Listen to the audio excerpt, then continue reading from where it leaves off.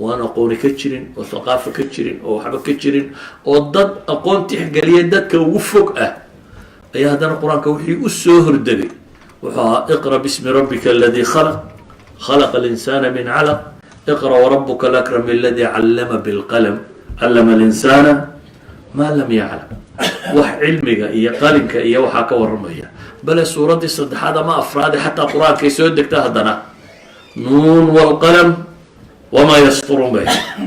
yani iyadoo laga yaabo carabi waxay u baahnayd inay ugu badnaan lahayd waxyaabo kale ayaa qur-aankii ugu soo hordegay wuxuu ka waramayaa maxay qadiyat lcilm waayo bulsho ma aasaasanto haddaan cilmi jirin ilaahayna nabigiisii maxamed calayhi salaatu wasalaam wuxuu ugu gallad iyo manno sheeganaya inuu waxbaray waanzala calayka alkitaaba walxikma wacallamaka maa lam takun taclam wa kaana fadlu llahi calayka cadiima baa ilahay leey waxaa lagugu soo dejiyey kitaabka iyo xikmada sunnada waxaana lagu baray waxaanad garanayn baa ilaahay yidhi kaasina waa ilaahay dheeraadkiisa weyn baa ilaahay leeyay oo alla ku siiyey yani ilahay wuxuu nabigiisa ugu gallad sheegtay in maxay in wax la baray nabiguna markuu ilaahay baryayay ducada qur-aanka ugu taalla waxaa ka mid ah waqul rabbi zidnii cilman ilah aqooni kordhi bale nabigu calayhi salaatu wasalaam salaada markuu tukado subax waxyaabuhu laazimi jiray subax kasta u akhri jiray waxaa ka mid ah allahuma ini asaluka cilma naafica wa risqan طayiba wacamala mutaqabala ilah waxaan ku weydiisanayaa cilmi waxtara camal aada aqbasho iyo arsaaq xalaal oo طayiba subax kasta salaada subax markuu ka baxo waa ducooyinku akhri jiray ilahay wuxuu ka magan geli jiray laakiin allahuma ini acuudu bika min cilmin laa yanfac aqoon aan waxtar lahayn haddaba aqoonta galbeedka taalla ee wadanadan taalla aragtida qofka muslimkaa marka lagu eego waxay isugu jirtaa waa waxtar adduun oo qabashna wata dakhanna wata markaan waxbarashada ka waramayno waxay dhahdaan aqoon-yahanadu waxbarashada dunida taalloo dhan 3 qaybood unbaa loo qaybiyaa waxbarashada dunida taalloo dhan waxaan waxbarashada xoog ugaga waramayaa waxa weeyaan dee ilmahan intaynu iskuol geyno ayna wax daba ku darsanin si awgeed waxaan rabaa inaan tilmaamo waxbarashadu khatarteed iyo waxa loo dhigaa wuxuu yahay iyo natiijada productka ay soo saartay saynu arki karno culumta bay yidhahdeen dunida taalla waa 3 qaybood qayb waa la kala qarsadaa laysmana siiyo sinaba laysuguma ogolaado basaasnimada dunida ugu weyna iyaday ka dhacdaa qaybna waa laysku qasbaa sankaa layska geliyaa waa laysa siiyaa waa la maalgeliyaa qofka baranaya qaybna waa la kala gataa bay yidhahdaan waxbarashada dunida taallaa bay yidhahdaan 3 qaybood qaybta koowaad aan sinaba laysu siin waxay dhahan waa culuum siyaada waa culumta keenta wadan inuu dhaqaalaha dunida ama hogaamiyo ama xoogga dunida hogaamiyo ama waxaan hogaamiyo waa culumta ku saabsan bay dhahdaan maalan nuclear weapon iyo wixii ku saabsan laysuma ogola ciddii xariiqdeeda xaggeeda soo egtana haddii la tumi karo waa in la tumaa waa culumta ku saabsan cilmi alfadaa cirka iyo waxaan loo diray iyo wixii ku saabsiisan waa culumta ku saabsan hubka oo dhan iyo technolojiyada ku saabsan waa culumta ku saabsan core ideaha ay leeyihiin shirikaadkan waaweyn ee dunida ka jira shirkadina ma bixiso core idea maalan coca cola 100 iyo dhowr sanadood buu hadda secretiyey oo ay leeyihin mar kasta dunida 2 qof oo qura og xataa waxaa meesha ka jiro oo dhan meel bay ku qarsoontahay bangi bay taallaa 2 injineer oo quraa loo sheegaa waxaasaa la isugu qaldo that's all cid kale ogi ma jirto 100 iyo dhowr sanadood bay hadda maraysaa idan aqoomaha dhaqaalaha abuura xoogga abuura taliska abuura waxaa abuura laysma siiyo waxay yidhaahdaan dunida marka la eego basaasnimada ugu badanina waa meesha ay ka jirto waxaa ugu badan in laysbasaasaa waa in aqoon la xado weliba bay leeyihin waa meelaha inta isku jaalka ay xataa isbasaasaan isxadaan sanada qaar bay waxay leeyihiin westernka basaasnimadii ugu badnaa isku sameeyey. waxaanay ku saabsiisan tahay maxay? core ideas la kala xadayo oo waxaa ku saabsan. aqoonta ayada la isma siiyo, ninkii agteeda soo marana waa laga durkiyaa, waana ta dunida loogu taliyo, dhaqaalaha dunidana lagu hayo. taas waa qayb. qayb kale waxay yidhaahdaan cid waliba way faafisaa. dowladdu waliba waxay isku daydaa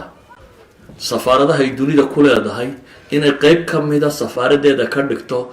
qaybtaa wax faafisa. waa aqoonta ku saabsan bay yidhaahdaan identityga waddanku leeyahay,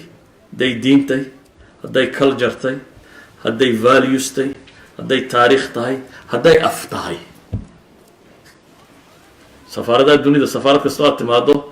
safaaraddu waxay leedahay qayb cultureka ah. safaaraddu waxay leedahay maxay? maktabi thaqaafi. maktabi thaqaafi muxuu sameeyaa? wuxuu hirgelinayaa taariikhdii waddankan inuu dadka baro, waxay rumaysan yihiin valueskooda inuu baro, afkooda inuu baro. ummad waliba waxay jeceshay afkeedu inuu faafo oo uu dunida gaadho. qaybtaasi bay yidhaahdaan waddan waliba deeqsigu ku yihi. dunida inta kale diintiisa iyo dhaqankiisa iyo afkiisa iyo valueskiisa, imika western oo dhan baad maqlaysaa waxay leeyihiin xuquuqul bini aadamku ku xidhan yahay donorsku waxay bixinayaan. xuquuqda la sheegaya waa maxay? waa afkaartay reer galbeedku rumaysan yihin, ama l b g t dhe ama kandhe ama waxandhe ama waxandhe, waxoodaasay ku xidhan yahay deeqaha la bixinayo, waxa la samaynayo, politicska booska la iska taagayo. idan waa valueskoodii bay faafinayaan. waa xun iyo waa san iyo kaasna iska damayso, waa valueskoodii bay faafinayaan. waddan waliba wuxuu tijaabinaya afkiisa siduu u noqon lahaa maxay? af international oo dunida laga yaqaano. waddan waliba wuxuu raadcaynaya taariikhtiisa sidii loo baran lahaa ay u noqon lahayd. kaana shakaa la iska geliyaa waddan waliba inuu maalgeliyo, waana meesha ugu badan ee wasaaradda waxbarashadu qabato. higher education marka laga yimaado wasaaraddan waxbarashadu waxa ugu weyn ay qabataa waxa weeyaan cultureka iyo valueska iyo afka iyo dhaqanka iyo diinta iyo aragtida ay dadku leeyihiin inay ilaaliso oo dadka la baro. qaybna bay yidhaahdaan cilmiga ka midi waa qaybta bini aadamku wadaago oo waa la kala gataa una iyada lacagtaada.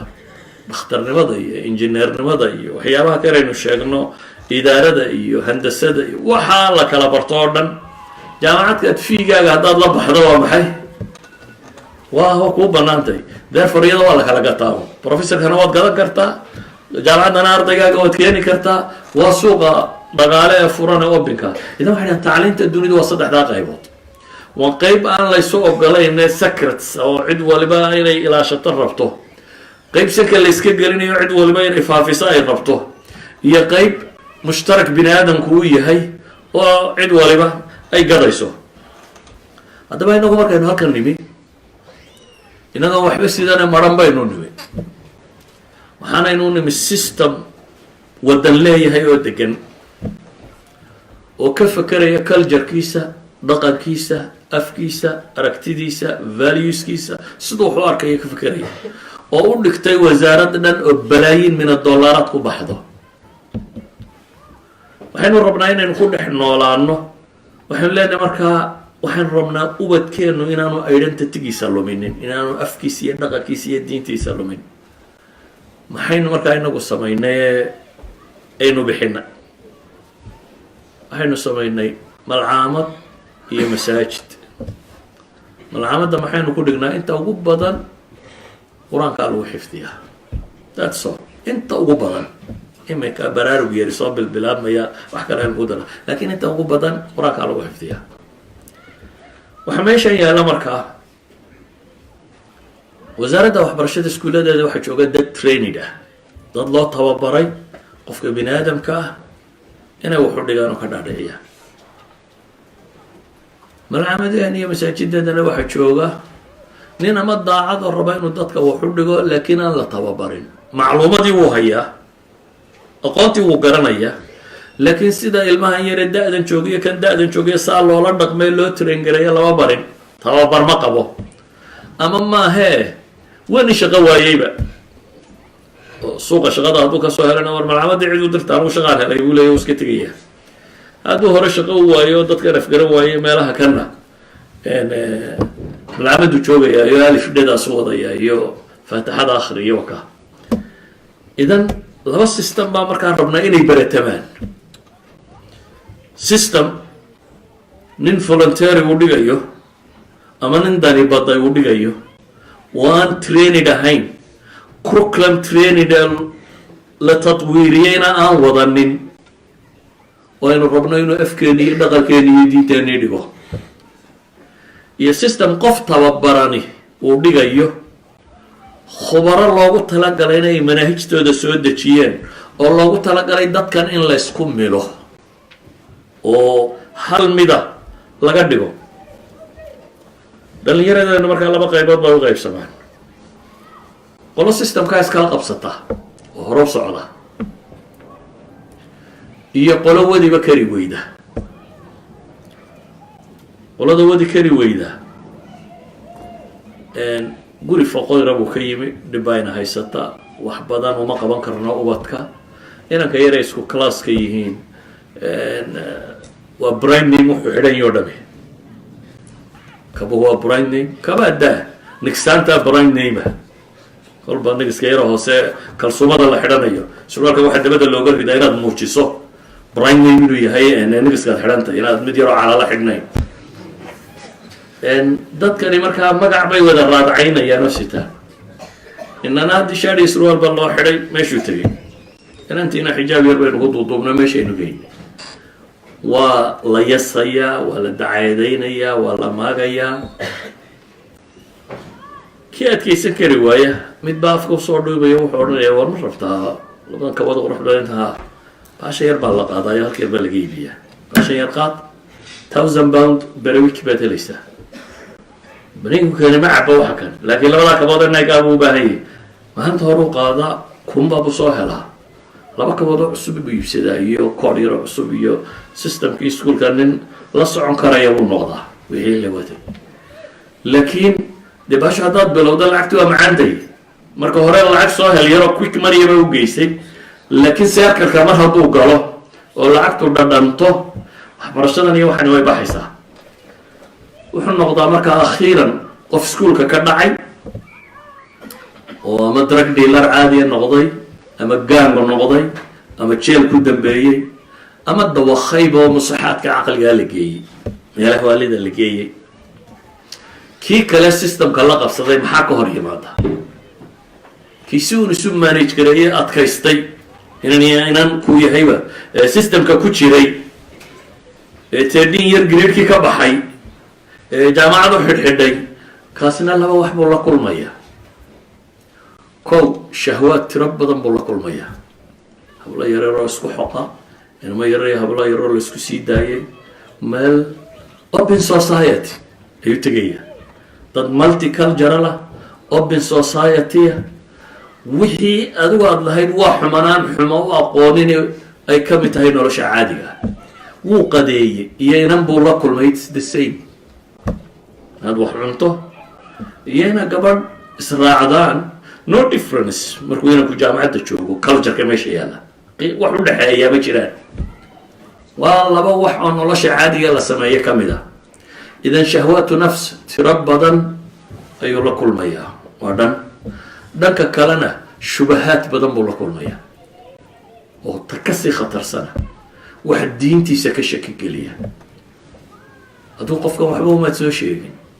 malcamadiina faatixadaa lasoo qaybsiiya ama 10 jis buu hayaabaa la yidhi laakiin wax kaloo uga dambeeya ma jiraan dabeetana su-aalo tiro badan oo jaamacaadku sideedaba waa meesha qura ay taallo afkaarta waddanka taalloo dhami professorada joogaa waa kala wada mabaadi ardada joogaa waa kala wada mabaadi markaad jaamacadda joogto waa goob dagaal oo afkaarta lagu diriirsay left iyo bidix iyo midig iyo mid fog iyo mid dhow iyo mid liberalism iyo mid environmentalist iyo mid kale wuxuu dhan waa jooga wax bini aadam la sheego una aragti la sheego meesha ay ku urursantay la isugu wada keenaa waa jaamacadda markaa waxaa jooga professor khubaro waxaa rumaysan iyo arday waxaa la kala safan iyo mid yaroo muslimo intaad kusoo dhex tuurtay maran aan waxba isaga ku jirin waa maran yihi iskuulka waa laga yaabaa inuu top yahay A plus ama A grade ama B plus inuu yahay arday muuqda markay waxbarashada materialkaa tahay waa suurtagal laakiin waa maran yahay xagga kale kana waxaa ku dhaca intooda badan inuu jabo oo laba midun inuu ku dhaco dee haddaynu dhis over 70% baa diin la-aan ma ilaah ma jiro aan rumaysanayn inuu groupkaa galo haddii aanu geli kuwaana inuu galo kuwa ah sidii aan ilaah jirin u nolol qaarna waxay rumaysan yihin inaanu jirin qaarna waxay rumaysan yihiin sidii aanu jirin u nolol that means noloshaa isku cidhiidhiyo feel free xorriyad dareen sidii aanu jirin u nolol kaasina waxaa laga yaabaa xagga waxbarashada ama xagga shaqada ama xagga dhaqaalaha inuu guulaysto laakiin waxaad adigu wadatoo dhan wuu ka baxay soomaalina maaha waa kafaanaya dhaqan soomaaliyeedna ma haysto inaanu muslim ahaynbana waa suurtagal soomaaliya wax loo diraya iyoonkood wuxuu soo diriyay reer hebel baa halkan joogaya waxaana kulama rumaysnaa